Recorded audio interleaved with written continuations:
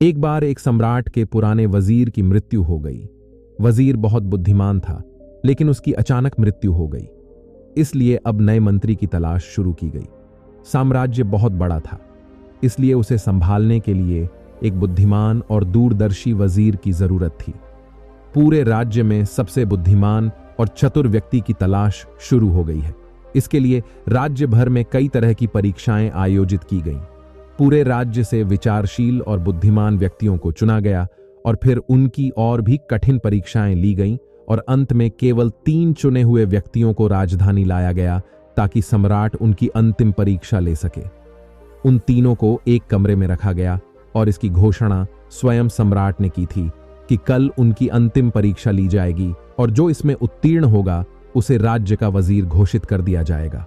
परंतु आश्चर्य की बात थी कि शाम होते होते यह बात सारी राजधानी में फैल गई। सम्राट कल कौन सी परीक्षा लेने वाला है, सारे शहर में इसी बात की चर्चा होने लगी। सम्राट एक बहुत ही अजीब परीक्षा लेना चाहता था। कल सुबह उन तीनों को महल के एक बड़े कमरे में बंद कर दिया जाएगा और एक बड़ा ताला लगा दिया जाएगा। उस कमरे का दरवाजा, वह ताला उस राज्य के कारीगरों, गणितज्ञों और इंजीनियरों द्वारा बनाया गया था। उस ताले पर कोई चाबी नहीं थी, केवल कानून पर गणित के कुछ अंक लिखे हुए थे और उन अंकों में कोई पहेली छिपी हुई थी। जो उस पहेली को हल कर लेगा वही उस ताले को खोल पाएगा। धीरे धीरे यह बात उन तीनों तक पहुंच गई कि कल उन तीनों को एक कमरे में बंद कर दिया जाएगा और वहां ताला लगा दिया जाएगा। इसकी कोई चाबी नहीं है, बस उस ताले पर गणित के कुछ नंबर खुदे हुए हैं जिसमें एक पहेली छिपी हुई है। उन तीनों में से जो भी उन नंबरों का उपयोग करके पहेली को हल करेगा और सबसे पहले दरवाजा खोलेगा और कमरे से बाहर आ जाओ, उसे वजीर बना दिया जाएगा। यह सुनते ही 3 में से 2 बाजार की ओर भागे और ताले के बारे में जितनी भी गणित की किताबें मिल सकती थीं वे सब ले आए और उनका अध्ययन करने लगे। लेकिन तीसरी सबसे अजीब थी। वह न तो कहीं गया और न ही कोई किताब लाया और अंधेरा होते ही सो गया। बाकी दोनों ने सोचा कि शायद डर के मारे उन्होंने परीक्षा न देने का निर्णय लिया, या हो सकता है उन्हें विश्वास ही न हो कि जो खबर सामने आई है वह सच है। लेकिन फिर भी उन्होंने कोई मौका छोड़ना ठीक नहीं समझा, क्योंकि यह जीवन में एक बार मिलने वाला मौका था। वे पूरी रात जागकर किताबें पढ़ते रहे, ताला विज्ञान से संबंधित जो भी साहित्य था। जब सुबह हुई तो तीसरा व्यक्ति उठा और उन तीनों को सम्राट के सामने पेश किया गया। वहां उन्हें पता चला कि यह अफवाह सच थी। उन तीनों को एक बड़े कमरे के अंदर बंद कर दिया गया था जिसके बाहर ताला लगा हुआ था। कुछ गणितीय अंकों के साथ अंकित आप तीनों में से जो भी इन अंकों में छुपी पहेली को सुलझा लेगा वह दरवाजा खोल सकेगा, और जो दरवाजा खोलकर पहले मेरे पास आएगा मैं उसे अपना वजीर बना लूंगा। मैं बाहर आप तीनों का इंतजार करूंगा। इतना कहकर बादशाह चला गया।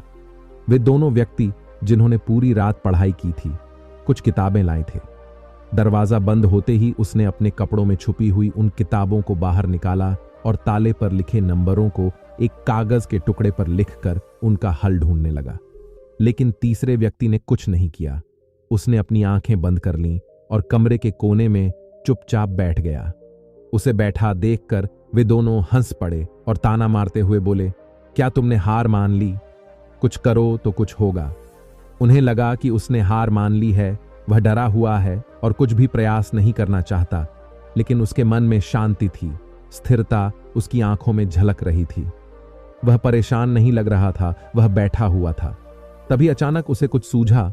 वह उठकर दरवाजे के पास आया और धीरे से उसे धक्का दिया, और क्या, दरवाजा खुला। वह कमरे से बाहर चला गया, लेकिन दोनों आदमी अपनी किताबों में खोए हुए थे। उन्हें पता ही नहीं चला कि तीसरा कमरे से बाहर चला गया है।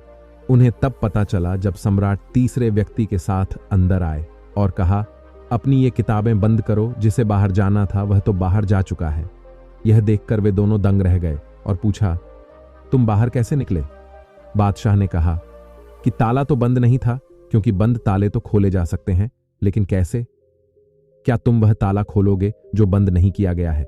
यह आदमी आप में से सबसे बुद्धिमान है, क्योंकि इसने बुद्धिमान होने का पहला परिचय दिया है। ताले पर लिखे नंबरों को हल करने से पहले यह पता लगाने की कोशिश करता है कि ताला बंद है या नहीं।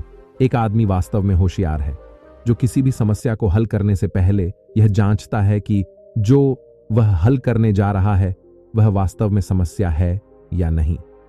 तो यह आदमी हमारे राज्य का सबसे चतुर व्यक्ति है, हम इसे अपना वजीर नियुक्त करते हैं।